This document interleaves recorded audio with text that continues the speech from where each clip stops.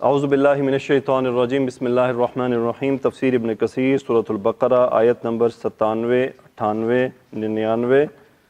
100 اور 101 انشاءاللہ۔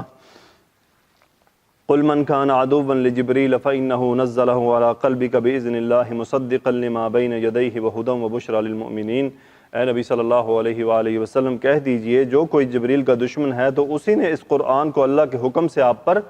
نازل کیا ہے، یہ اس کتاب کی تصدیق کرتا ہے جو اس سے پہلے نازل ہوئی اور مومنوں کے لیے ہدایت اور بشارت ہے۔ من کان عدوا للہ وملائکتہ ورسلہ وجبریل ومیکال فإن اللہ عدو للکافرین، اور جو کوئی اللہ کا، اس کے فرشتوں کا، اس کے رسولوں کا اور جبریل کا دشمن ہے تو بے شک اللہ بھی کافروں کا دشمن ہے۔ ان کی تفسیر، یہود کی جبریل علیہ السلام سے عداوت۔ امام ابو جعفر ابن جریر طبری رحمۃ اللہ علیہ فرماتے ہیں کہ تمام مفسرین کا اس بات پر اجماع ہے کہ یہ آیت بنی اسرائیل کے یہود کو جواب دینے کے لیے نازل ہوئی تھی، جن کا یہ خیال تھا کہ جبریل علیہ السلام ان کا دشمن ہے اور میکائیل علیہ السلام ان کا دوست ہے۔ امام بخاری رحمۃ اللہ علیہ فرماتے ہیں کہ اکرمہ کا قول ہے کہ اب یہ الفاظ ہیں جو وہ بتانا چاہ رہے ہیں آپ کو، یہ جبریل میکال میں جو الفاظ استعمال ہوتے ہیں کہ جبرا اور میکا اور اسراف کے معنی عبد اور ایل کے معنی میں ہیں۔ یعنی بیسیکلی کیا ہے، جبر ایل کہتے ہیں ان کی زبان میں اللہ کو، اور جبر کہتے ہیں عبد کو۔ اس لیے تمام فرشتوں کے جو اکثر نام ہیں جبرائیل، میکائیل، اسرافیل، یہ کیا ہیں؟ یہ دیکھیں، اسراف، میک، جبر، یہ تمام ان کا مطلب ہے عبد۔ تو فرشتوں کے تمام نام جو بیسیکلی عبداللہ کے میننگ میں ہیں۔ ہم آگے اس کو دیکھتے ہیں وہ کیا کہہ رہے ہیں۔ وہ کہتے ہیں جی عبد اور ایل کے معنی اللہ کے ہیں۔ پھر انہوں نے انس بن مالک رضی اللہ تعالیٰ عنہ سے روایت کیا کہ عبداللہ بن سلام رضی اللہ تعالیٰ عنہ نے جب رسول اللہ صلی اللہ علیہ وسلم کی تشریف آوری کے بارے میں سنا تو اس وقت وہ اپنی زمین میں پھل چننے کے لیے گئے ہوئے تھے۔ آپ جب تشریف لائے تو وہ آپ کی خدمت میں حاضر ہو کر عرض کرنے لگے کہ آپ سے میں 3 سوال پوچھتا ہوں اور ان کے جواب نبی کے سوا کسی کو معلوم نہیں۔ اور آپ جانتے ہیں کہ عبداللہ بن سلام رضی اللہ تعالیٰ عنہ بڑے مشہور صحابی ہیں، یہود کے علماء میں سے تھے۔ قیامت کی سب سے پہلی نشانی کیا ہے؟ پہلا سوال۔ دوسرا سوال، اہل جنت کو سب سے پہلے کیا کھانے کو دیا جائے گا؟ تیسرا سوال، وہ کون سی چیز ہے جو بچے کو کبھی باپ کے مشابہ بنا دیتی ہے اور کبھی ماں کے؟ آپ علیہ السلام نے فرمایا اخبرنی بہن جبریل آنفا قال جبریل قال نعم قال ذاك عدو اليهود من الملائكة فقرأ هذه الآية من كان عدوا لجبريل فإنه نزله على قلبك أما أول أشراط الساعة فنار تحشر الناس من المشرق إلى المغرب وأما أول طعام يأكله أهل الجنة فزيادة كبد الحوت وَإِذَا سَبَقَ مَاءُ الرَّجُلِ مَاءَ الْمَرْأَةِ نَزَلَ الْوَلَدَ وَإِذَا سَبَقَ مَاءُ الْمَرْأَةِ نَزَعَتْ۔ ان سوالوں کے جواب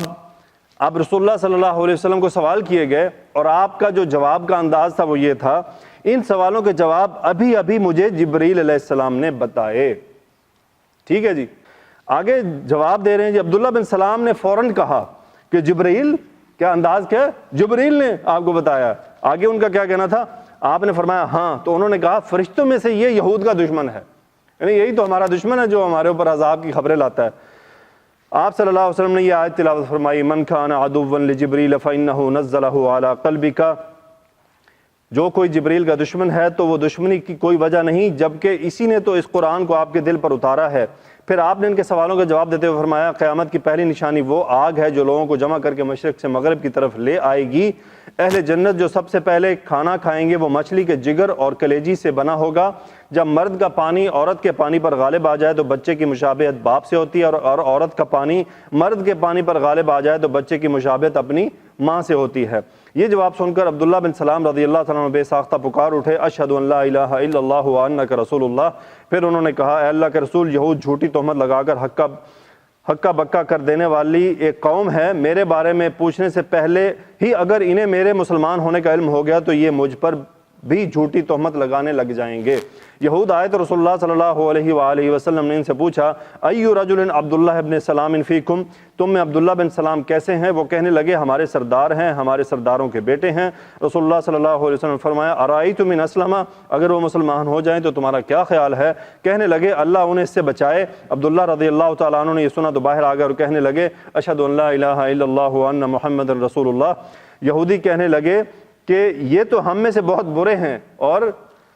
بہت برے انسان کے بیٹے ہیں، اسی طرح ان کی برائیاں کرنے لگ گئے تھے۔ عبداللہ رضی اللہ عنہ نے عرض کیا، اللہ کے رسول میں اسی بات سے ڈرتا تھا۔ یعنی رسول اللہ صلی اللہ علیہ وسلم نے کیسے پھر ان کے ساتھ معاملہ کیا کہ عبداللہ رضی اللہ عنہ نے پہلے انہیں خبر دے دی کہ آپ ذرا ان سے میرے بارے میں پوچھیں، وہ کون لوگ ہیں جو بہکا دینے والی باتیں کرتے ہیں، تہمتیں لگاتے ہیں، کہ ابھی وہ ان کی پاکیاں بیان کر رہے تھے اور جو ہی انہوں نے اعلان کیا کہ میں مسلمان ہوں تو ساتھ ہی وہ پینترا بدل گیا۔ تو یہ کون ہوتے ہیں؟ اسے کہتے ہیں یہودی۔ یہودی کیا کہتے ہیں؟ یار یہ یہودی ہے، کہتے نہیں ہے یار یہ یہودی ہے، کوئی ایسا چکر باز ہے۔ آگے فرماتے ہیں جی اس طریق سے اس حدیث کو امام بخاری رحمۃ اللہ نے بیان کیا، اور ایک اور طریق سے انس رضی اللہ تعالیٰ عنہ نے بھی تقریباً اسی طرح روایت بیان کی۔ یہ طریق کا مطلب ہوتا ہے کہ مطلب ایک راستے جو روایات ہیں ان میں سے ان نے بیان کیا، اور دوسرے پیٹرن پہ دوسری لائن کے اوپر دوسرے صحابی نے یہ حدیث دوسری طرح بیان کی ہے۔ کچھ لوگوں نے کہا ہے کہ ایل عبد سے عبارت ہے اور دوسرا کلمہ ہے جو اس سے قبل متصل ہوتا ہے، اللہ کا نام ہے، کیونکہ کلمہ ایل ان سب میں تبدیل نہیں ہوا۔ اسی طرح یہ اسماء عبداللہ، عبد الرحمن، عبد الملک، عبد القدوس، عبد السلام، عبد الکافی اور عبد الجلیل کی طرح ہیں۔ جس طرح ان سب میں عبد موجود ہے، اسی طرح تمام فرشتوں کے اسماء میں ایل موجود ہے، جس طرح ان میں مضاف الیہ کے اسماء مختلف ہیں۔ اسی طرح جبرائیل، میکائیل، عزرائیل، اسرافیل میں مضاف ہونے والے کلمات مختلف ہیں، اور عربی کے علاوہ دیگر زبانوں میں بھی مضاف الیہ کو مضاف سے پہلے بیان کیا جاتا ہے۔ جیسے ہمارے ہاں بھی مضاف پہلے بیان ہوتا ہے، خالد کی کتاب تو قاعدہ وہی ہے سارا، دوسری زبانوں میں بھی اسی طرح ایل وغیرہ جو کہ اسرافیل، عزرائیل کہ وہ مضاف الیہ کی جو کنسٹرکشن عربی میں بنتی ہے نا، سیم وہاں بھی ایسے ہی ہے۔ آگے فرما رہے ہیں جی ملائکہ میں تفریق کرنا اس طرح کفر ہے جس طرح انبیاء میں تفریق کرنا۔ جہاں تک اس آیت کی تفسیر کا تعلق ہے تو ارشاد باری تعالیٰ قل من کان عدوا لجبریل فإنہ نزلہ علی قلبک بإذن اللہ،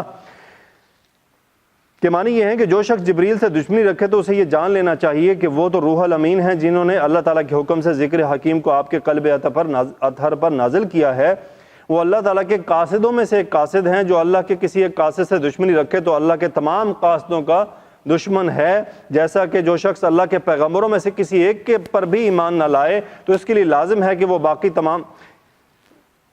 جو شخص اللہ کے پیغمبر علیہ السلام میں سے کسی ایک پر بھی ایمان لائے تو اس کے لیے لازم ہے کہ باقی تمام انبیاء پر بھی ایمان لائے، اور اگر ایک کے ساتھ کفر کرے گا تو اس کا مطلب دوسروں کے ساتھ کفر لازم آ جاتا ہے، جیسا کہ ارشاد باری تعالیٰ ہے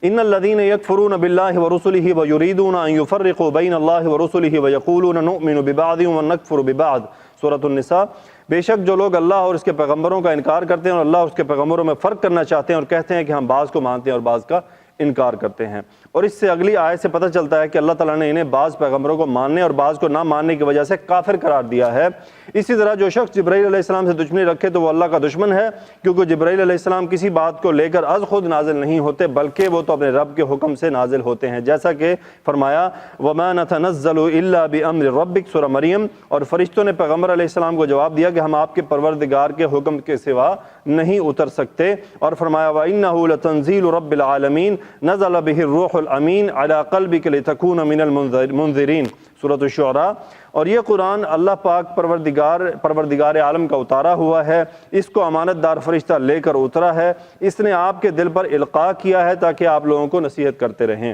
صحیح بخاری میں حضرت ابو ہریرہ رضی اللہ تعالیٰ عنہ سے روایت ہے کہ رسول اللہ صلی اللہ علیہ وسلم نے فرمایا ان اللہ تعالیٰ قال من عادى لي وليا فقد آذنته بالحرب،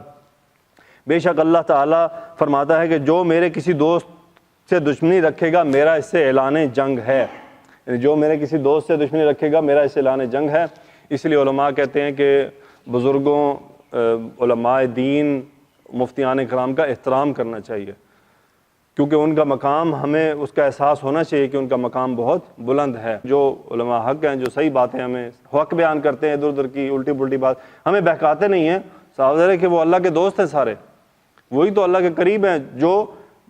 قاصد کا کام کر رہے ہیں ہم پہ بھی محنت کرتے ہیں کہ ہم بھی قریب ہو جائیں، ہم بھی کچھ آگے بڑھیں۔ اللہ تعالیٰ سے دعا ہے کہ یا اللہ ہمیں علماء دین کی عزت احترام کرنے کی توفیق عطا فرماتے رہنا۔ یہی وجہ ہے کہ جبریل سے دشمنی رکھنے والوں سے ناراض ہوتے ہوئے اللہ تعالیٰ نے فرمایا من کان عدوا لجبریل فإنہ نزلہ علی قلبک بإذن اللہ مصدقا لما بین یدیہ۔ آگے بات چل رہی ہے وہدی وبشریٰ للمؤمنین، یعنی مومنوں کو دلوں کے لیے ہدایت اور انہیں جنت کی بشارت سنانے والی ہے کون؟ قرآن، یہ کتاب۔ جیسے کہ فرمایا قل هو للذین آمنوا ھدی وشفاء سورہ حامیم السجدہ، اے نبی کہہ دیجئے کہ جو ایمان لاتے ہیں ان کے لیے وہ ہدایت اور شفا ہے۔ وَنُنَزِّلُ مِنَ الْقُرْآنِ مَا هُوَ شِفَاءٌ وَرَحْمَةٌ لِّلْمُؤْمِنِينَ سورہ بنی اسرائیل، اور ہم قرآن نازل کر رہے ہیں جو مومنوں کے لیے شفا اور رحمت ہے۔ اور پھر فرمایا مَنْ كَانَ عَدُوًّا لِلَّهِ وَمَلَائِكَتِهِ وَرُسُلِهِ وَجِبْرِيلَ وَمِيكَالَ فَإِنَّ اللَّهَ عَدُوٌّ لِّلْكَافِرِينَ، جو شخص اللہ کا، اس کے فرشتوں کا، اس کے پیغمبروں کا، جبریل میکائیل کا دشمن ہو تو ایسے کافروں کا اللہ دشمن ہے۔ اللہ تعالیٰ فرماتا ہے جو شخص مجھ سے اور میرے فرشتوں سے، میرے رسولوں سے دشمنی رکھے گا تو میں اس کا دشمن ہوں۔ اس آیت میں رسول ہی کا لفظ تمام رسولوں کے لیے، خواہ ان کا تعلق فرشتوں سے ہو یا انسانوں سے، جیسا کہ ارشاد باری تعالیٰ ہے اللہ یصطفی من الملائکۃ رسلا ومن الناس سورہ حج، اللہ تعالیٰ فرشتوں میں سے پیغام پہنچانے والے منتخب کر لیتا ہے اور انسانوں میں سے بھی، کیونکہ فرشتے بھی کیا ہیں؟ وہ پیغام پہنچانے والے ہیں۔ اس کے بعد جبرائیل میکائیل کا ذکر عطف الخاص علی العام کے باب میں سے ہے، یعنی ان کو خاص کیا گیا ہے،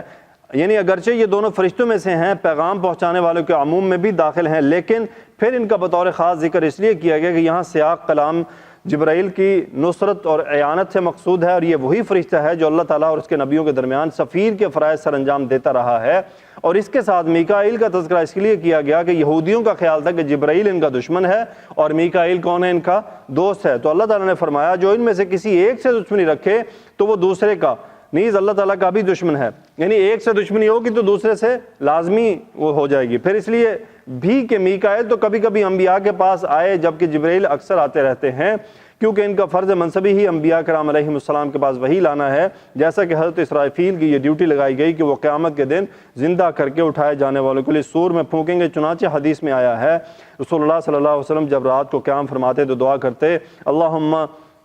اللہم رب جبرائیل و میکائیل و اسرافیل فاطر السماوات والارض عالم الغیب والشہادہ انت تحکم بین عبادک فیما کانوا فیہ یختلفون اہدنی لما اختلف فیہ من الحق بإذنک انک تہدی من تشاء الی صراط مستقیم۔ اے اللہ، اے جبرائیل، میکائیل اور اسرافیل کے پروردگار، آسمانوں اور زمین کو پیدا فرمانے والے، پوشیدہ اور ظاہر کا علم رکھنے والے، جن باتوں میں تیرے یہ بندے اختلاف کر رہے ہیں تو ہی ان کا فیصلہ فرما دے، اور حق کے بارے میں جو اختلاف کیا جا رہا ہے اس میں اپنے حکم سے تو ہی میری رہنمائی فرما، اور بے شک تو ہی جس کو چاہتا ہے سیدھے راستے کی ہدایت عطا فرماتا ہے۔ فَإِنَّ اللَّهَ عَدُوٌّ لِّلْكَافِرِينَ، تو بے شک اللہ بھی کافروں کا دشمن ہے۔ یہاں ضمیر کے بجائے اسم ظاہر ہی کو استعمال کیا گیا، اور مذکور معنی کے اظہار ہی کے لیے اللہ تعالیٰ نے یہ کہنے کے بجائے کہ وہ کافروں کا دشمن ہے، یہ فرمایا کہ ایسے کافروں کا اللہ دشمن ہے، تاکہ انہیں یہ بتا دیا جائے کہ جو شخص اللہ کے کسی بھی دوست سے دشمنی رکھے تو اس نے گویا اللہ تعالیٰ کی دشمنی کی، تو اللہ تعالیٰ سے دشمنی کرے، جو اللہ سے دشمنی کرے تو اللہ بھی اس کا دشمن ہے، اور جو شخص اللہ سبحانہ و تعالیٰ جس شخص کا اللہ سبحانہ و تعالیٰ دشمن ہو تو وہ دنیا و آخرت میں تباہ و برباد ہو جاتا ہے، جیسا کہ قبل ازیں یہ حدیث بیان کی جا چکی ہے۔ اب اگلی آیات جو ہیں دو، ان کی تفسیر ایک ہی پیش کی ہے۔ وَلَقَدْ أَنزَلْنَا إِلَيْكَ آيَاتٍ بَيِّنَاتٍ وَمَا يَكْفُرُ بِهَا إِلَّا الْفَاسِقُونَ، اور یقیناً ہم نے نازل کی آپ کی طرف واضح آیتیں، اور نافرمانوں کے سوا کوئی ان کا انکار نہیں کرتا۔ أَفَكُلَّمَا عَاهَدُوا عَهْدًا نَبَذَهُ فَرِيقٌ مِّنْهُمْ بَلْ أَكْثَرُهُمْ لَا يُؤْمِنُونَ، کیا ایسا نہیں ہوتا رہا کہ جب بھی انہوں نے کوئی عہد کیا تو ان میں سے ایک گروہ نے اسے پھینک دیا، بلکہ ان میں سے اکثر ایمان نہیں لاتے۔ وَلَمَّا جَاءَهُمْ رَسُولٌ مِّنْ عِنْدِ اللَّهِ مُصَدِّقٌ لِّمَا مَعَهُمْ نَبَذَ فَرِيقٌ مِّنَ الَّذِينَ أُوتُوا الْكِتَابَ كِتَابَ اللَّهِ وَرَاءَ ظُهُورِهِمْ كَأَنَّهُمْ لَا يَعْلَمُونَ، اور جب بھی اللہ کی طرف سے ان کے پاس کوئی رسول آیا جو ان کے پاس موجود کتاب کی تصدیق کرتا تھا تو جن لوگوں کو کتاب دی گئی تھی ان میں سے ایک گروہ نے اللہ کی کتاب کو پیٹھ کے پیچھے پھینک دیا۔ نبوت محمدی صلی اللہ علیہ وسلم کے دلائل۔ امام ابو جعفر ابن جریر رحمۃ اللہ علیہ فرماتے ہیں کہ وَلَقَدْ أَنزَلْنَا إِلَيْكَ آيَاتٍ بَيِّنَاتٍ کے بارے میں کہتے ہیں کہ اس کے معنی یہ ہے کہ اے محمد صلی اللہ علیہ وسلم، ہم نے آپ کی طرف ایسی واضح آیات نازل کی ہیں جو آپ کی نبوت کی دلیل ہیں۔ ان آیات سے مراد کتاب اللہ کی وہ محتویات ہیں جن میں علوم یہود کے مخفی پہلو، ان کے حالات، پوشیدہ رازوں، بنی اسرائیل کے پہلے لوگوں کی خبروں، ان کی آسمانی کتابوں کی ان باتوں کو بیان کیا گیا ہے جنہیں ان کے احبار و علماء کے سوا کوئی نہیں جانتا تھا۔ نیز ان کے اگلے اور پچھلے لوگوں نے احکام تورات میں جو تعریف تبدیلی کی، اللہ تعالیٰ نے اسے بھی اس کتاب مقدس میں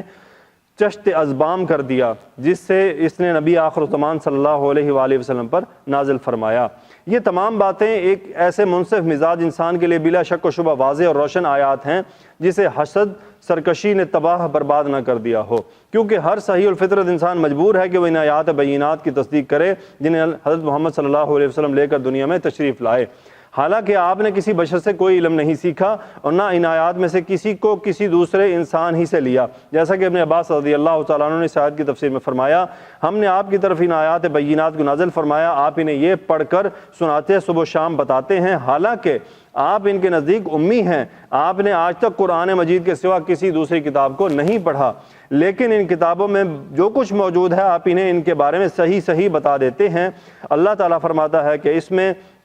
عبرت اور نصیحت اور بیان حجت ہے، اے کاش کہ یہ لوگ حقیقت کو جان لیں۔ اور چکنی یہود کی عادت تھی، یعنی یہود کی کیا عادت تھی؟ وعدہ توڑ دینا۔ جب رسول اللہ صلی اللہ علیہ وسلم کی بعثت ہوئی اور آپ نے یہودیوں کو خصوصاً وہ وعدہ و میثاق یاد دلایا جو ان سے آپ کے بارے میں لیا گیا تھا، تو مالک بن سیف قینقائی کہنے لگا، اللہ کی قسم ہم سے تو محمد صلی اللہ علیہ وسلم کے بارے میں کوئی وعدہ نہیں لیا گیا۔ اس موقع پر اللہ نے آیت نازل فرمائی، ابکلما عاہدوا عہدا نبذہ فریق منہم، کہ ایسا نہیں ہوتا رہا کہ جب بھی انہوں نے کوئی وعدہ میثاق کیا تو ان میں سے ایک فریق نے اسے پھینک دیا۔ امام حسن بصری رحمۃ اللہ علیہ فرماتے ہیں، بل اکثرہم لا یؤمنون، بلکہ حقیقت یہ ہے کہ ان میں سے اکثر بے ایمان ہیں، کے بارے میں فرماتے ہیں کہ دنیا کی تاریخ میں کوئی ایسا وعدہ اور پیمان نہیں جو یہود سے لیا گیا ہو اور اسے انہوں نے نہ توڑا ہو۔ ان کی عادت ہی یہی ہے، جو عہد کرتے ہیں کل اسے توڑ دیتے ہیں، اور آج بھی وہ یہی کر رہے ہیں۔ یہودیوں نے کتاب اللہ کو چھوڑ کر جادو کو لے لیا۔ اچھا، یہ بات بیسیکلی آگے جڑی ہوئی ہے، لیکن یہ آیت کا جو حصہ ہے میں آپ کے سامنے رکھ دیتا ہوں۔ وَلَمَّا جَاءَهُمْ رَسُولٌ مِّنْ عِندِ اللَّهِ مُصَدِّقٌ لِمَا مَعَهُمْ، اور جب ان کے پاس اللہ کی طرف سے پیغمبر آخر زمان آئے جو ان کے پاس موجود آسمانی کتاب کی تصدیق بھی کرتے تھے۔ سدئی اس آیت کی تفسیر میں بیان کرتے ہیں کہ حضرت محمد صلی اللہ علیہ وسلم ان کے پاس تشریف لائے تو انہوں نے تورات سے آپ کا مقابلہ کرنا چاہا، مگر جب انہوں نے دیکھا کہ تورات اور قرآن کے مضامین میں اتفاق ہے تو انہوں نے تورات کو بھی پس پشت ڈال دیا اور آصف بن برخیہ کی کتاب اور ہاروت اور ماروت کے جادو کو اختیار کر لیا جو کہ قرآن کے مخالف تھے۔ اسی لیے فرمایا گیا کأنہم لا یعلمون، گویا کہ وہ جانتے ہی نہیں۔ قتادہ بیان کرتے ہیں کہ یہ لوگ جانتے تو تھے لیکن جاننے کے باوجود انہوں نے اسے پھینک دیا، چھپایا اور اسے ماننے سے انکار کر دیا۔ انشاءاللہ کل کی جو آیت ہے اس میں ہم جادو سے متعلق جو معاملات ہیں وہ دیکھیں گے کہ وہ کیا ہے، اور آگے جادو کے بارے میں جاننا بہت ضروری ہے۔ بہت زیادہ آج کل ہمارے انڈیا، پاکستان، بنگلہ دیش میں تو اس کی بڑی زیادہ شدت پیدا ہو گئی ہے، اس میں ہاں جی بھرمار ہے۔ ٹھیک ہے، جو آخر الدعوانا ان الحمدللہ رب العالمین، الصلاۃ والسلام علی رسول الکریم، سبحانک اللہم وبحمدک، نشہد ان لا الہ الا انت، نستغفرک ونتوب الیک۔ اللہم صلی علی سیدنا و مولانا محمد وعلی آلہ وصحبہ وبارک وسلم، آمین۔